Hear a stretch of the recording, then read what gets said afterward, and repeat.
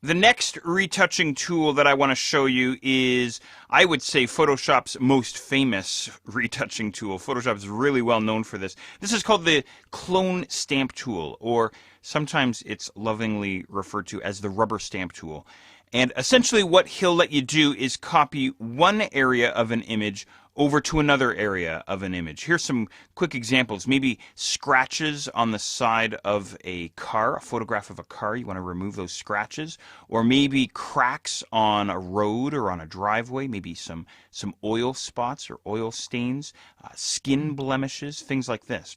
So I'm going to show you a very quick example of this, and then I want to move on to something that's new inside Photoshop CS6. So first of all, let's go and pop open a work file here.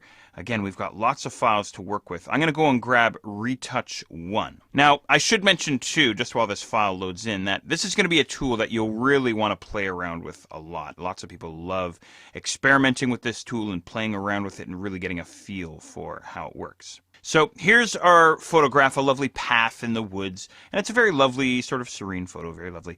But we have some spray paint here on this tree. Now, I don't know if this tree is being marked for, being cut down or what, but we want to remove this marking here. Maybe it's even just a trail marker for hikers. So we want to remove that spray paint though. So I'm just going to zoom in here a little bit.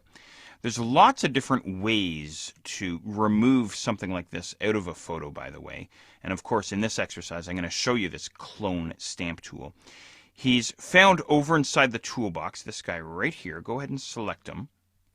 And what's interesting to note, by the way, about the Clone Stamp Tool or the Rubber Stamp Tool is he is a brush-based tool, which means that we can head up to the options bar at the top and we can drop down this brush area and we can go and adjust the size and the hardness, or we can go and choose a preset brush. We've seen this a number of times already. So what I would suggest is that you use a very soft edged brush while you're using your Clone Stamp Tool. Okay, we want to make this look as natural and as unretouched as possible. Okay, as far as the size of the brush goes, well, I'm really not sure until I start working on my image, until I bring my cursor over top of my image.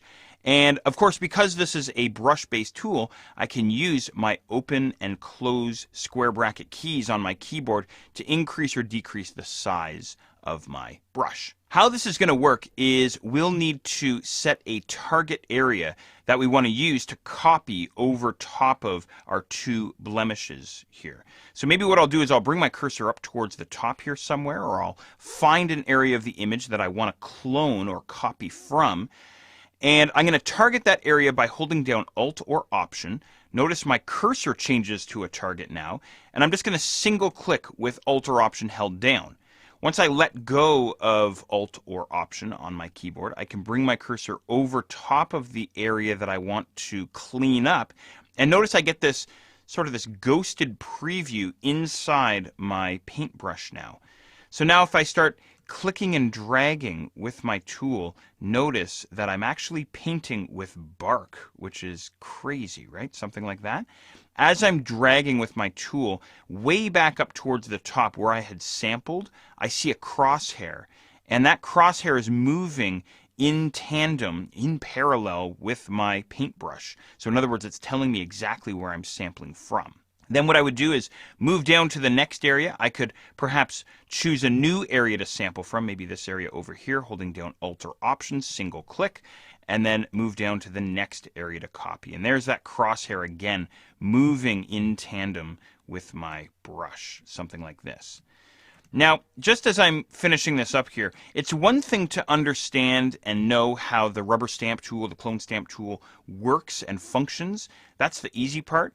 The hard part is getting really good results with this tool. It takes a lot of time, a lot of effort to really pull off convincing results. If I zoom back out on my image, maybe at first glance no one would notice this tree, the retouching that I did on this tree, but if you took a closer look, you might be able to tell that I kind of patched that area over or copied that area over. And what's surprising too is you start looking at images, photographs inside magazines and newspapers, and of course online as well, And you might start catching some of these as well, and you might start to develop an eye for catching retouched photos. It's quite common, actually, for photos to be retouched or for areas of an image to be removed, perhaps objects out of a background, something like this, right? As promised, I want to show you something new inside Photoshop CS6 to help us with our image retouching, and that is Content Aware.